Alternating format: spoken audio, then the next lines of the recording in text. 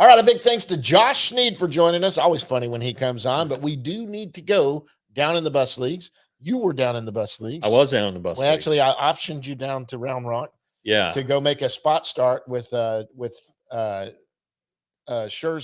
So Round Rock Express, we're going to go down each one, guys. We'll talk about each one. We'll start in Round Rock. We'll go down. Round Rock's the AAA affiliate. They're 11-13 overall, 5 games back, and they are 4-6 in their last 10.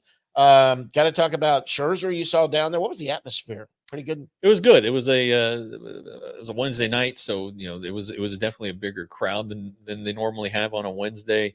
They only had 24 hours notice, so I think that kind of, I don't know if they could have done a better job promoting, but I'm sure people had a lot of plans already in place. But it was good, and then I had a chance to talk to Jack Leiter, who then comes out last night and in his first start since his major league debut, 6 scoreless innings, 8 strikeouts. I mean, he's it's just I can't stress enough how different his mindset is, and he just seems so much more relaxed. And we know who his dad is, and pitched in the major leagues, has been on television, right? Probably has taught his son the right things to say, and Jack's still saying the right things. It's just different, and he just seems so much more confident. So that's great, and he was really good. And look, he's going to be in the major leagues again at some point this year, even with all the stuff we talked about happening in the rotation and down the line with the Rangers. But it's gonna happen. It's just good, and you look at that team offensively, and really you look at the whole team. They've had a lot of roster turnover, in part because a lot of the guys are in the major leagues. They've had some injuries. Mark Church is in Arizona with the shoulder deal. Antoine Kelly is injured, but he's on his way back. He's throwing bullpen sessions. They have Jansen Woody, the former TCU great, who's just filling a spot. We'll be honest, but Jansen's a good dude. Yeah. But the Elliot Hernandez is still there. Sandro Fabian, who's doing real well. Sam Huff, who scored the winning run last night on a double to left field by Fabian, and Sam Huff can get around for a big guy. So that's good. They're the guys who are there, who the Rangers could eventually rely upon. Huff, Hernandez, Fabian, all in major league camp. Jonathan Ornelas is still there. Right. Andrew Knapp, the veteran catcher, caught Scherzer the other night.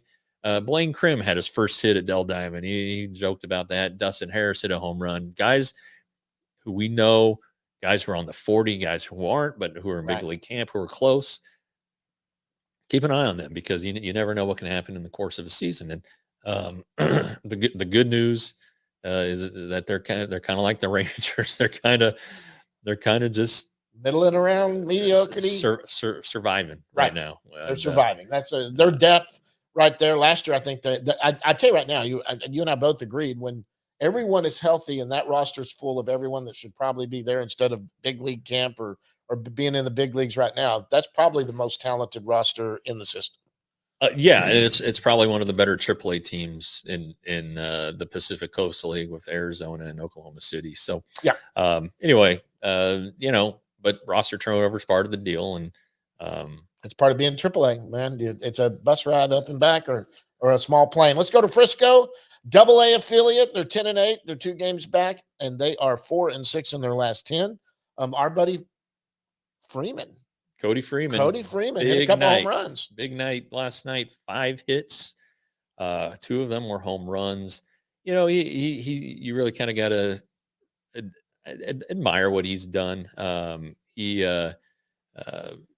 was an infielder, drafted as an infielder. Really has dived into catching. He's still playing in the infield. He's a very versatile guy. He's got a little pop. I mean, he's friend of the show. A friend of the show, but he's a muscular kid in a kind of a smaller package. But we like him, and of course we really like Dane Acker. Again, a friend of the show. He's pitching tonight. He's been fantastic. Yeah, he's been really good. Scoreless, or 4 1/3. His ERA is under 1. I really think he's he's going to pitch in the majors this year. Yeah, you keep harping on that, and you are being proven right. I'm telling you what, he is looked good. He's a heck of a player. So looking forward to seeing his progress this season. Little Cody Freeman trivia is when Cody Freeman was on the show, something huge happened. That's right. That's right. Right at the end, the Rangers Right sent at out the a message that Bruce Bochy had been hired as That's their right. manager. So Cody Freeman was there when we got the chance to tell him, by the way, your new major league manager will be Bruce Bochy. Yeah. I'll never forget that. So and his older brother is with the Guardians right now, and so pretty talented family. Yeah. So good kid. Hickory, the Hickory Crawdads, they're the high A affiliate. They're 7-10 overall, 3.5 games back in their division. They are 5-5 in their last 10. How about Winston Santos? Yeah, that's he won Sally Week Player of the Week, right? Or Pitcher of the Week. I mean, he struck out 12 and allowed 1 hit in his last start. 6 innings, only 5 innings. Only 3 balls were put into play. Oh my gosh. So he wasn't great last year with them in his first day. He's worked on some things with his fastball that are really making it play up, and so kudos to him. He's going to be in Frisco before you know it if he keeps going like this. Oh my gosh! Mitch Bratt had a nice little start the other day. Brock Porter still he's walking too many guys. I'm sure that's kind of something that the Rangers have been dialed in on. Excuse me. And then Cam Cauley is still on the injured list. Sebastian Walcott struggling a little bit, hitting 182. He's 18. He's barely probably 18. Probably the youngest guy in that league. I haven't seen the numbers yet. Yeah, he is. And, I looked that up. So he'll come around, and but they started out not real good. They're still not an offensive juggernaut, but they've gotten a little bit better. Their record now is a vast improvement. So Cam Cauley was probably the catalyst on that offense. He's had a great spring, and he's injured. But that's a guy, if you're on base for some of these guys, it changes the complexion of a pitcher, what he's having to do, hold people. All of that can change things too. And he's injured right now. So but still, your job's to go hit. Yeah, but they'll be fine. Oh, he's 18. I mean, he just turned 18 too. Yeah.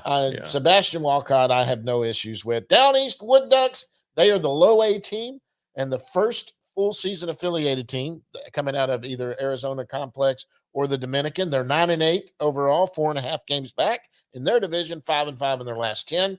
I mean, who do you talk about down there? There's some youngsters there. They are young, and it's kind of a lot of the same as last week we were talking about. You know the names. You're just kind of waiting for them. JoJo Blackman has returned and made his debut and at the top of the lineup. And I know he's been he didn't have a great year last year. There's just no other way to say it. But he's fast. He's talented. If he can get it straightened out, he's got a chance to move up. He's in a repeat there. Glider Figueroa again. For whatever reason, I can't pronounce his name, but he's a guy to watch. Like I mentioned last week, Tommy Specht, another top 10 draft pick who can hit a little bit. So Figueroa hit a home run last night. Yeah, he's got I think 4. So he's doing just fine and a candidate to move up after spending the whole season there last year. And you got guys who are just kind of need to get going again. And they'll do that. They're even less. They're less than a month into their season. All these affiliates except for Round Rock. So, and watch the name Disla. That Arturo Disla. He's the one that came out of Wayland Baptist. The real big. He looks like a offensive guard. He's like 6'2", 240 pounds. A big boy. Yeah. And he's the one that hit a lot of home runs at Wayland Baptist. And the kid I knew that I kind of worked with at our church was the catcher for Wayland Baptist. And doing that, but. He's hitting 273. He's playing a lot of first base. Defense is not why he's there.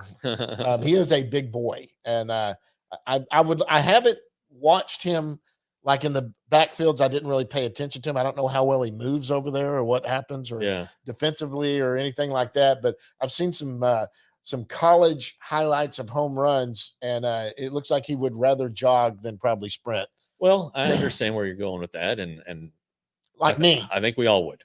Yeah. But yeah, with every new draft class, and now that they have the ability to sign undrafted free agents, you see a lot of guys that aren't mentioned in July during the draft, and Right. and so it's kind of you have to do a little more homework on guys Right. on guys the last few years, but the Rangers have a deep system. Again, something they can trade from, and Evan Carter and Langford. I think Carter has lost his rookie status technically, so he's lost his prospect status, and same thing. Langford will be there eventually, so the system is going to take a hit, at least in rankings, but Right.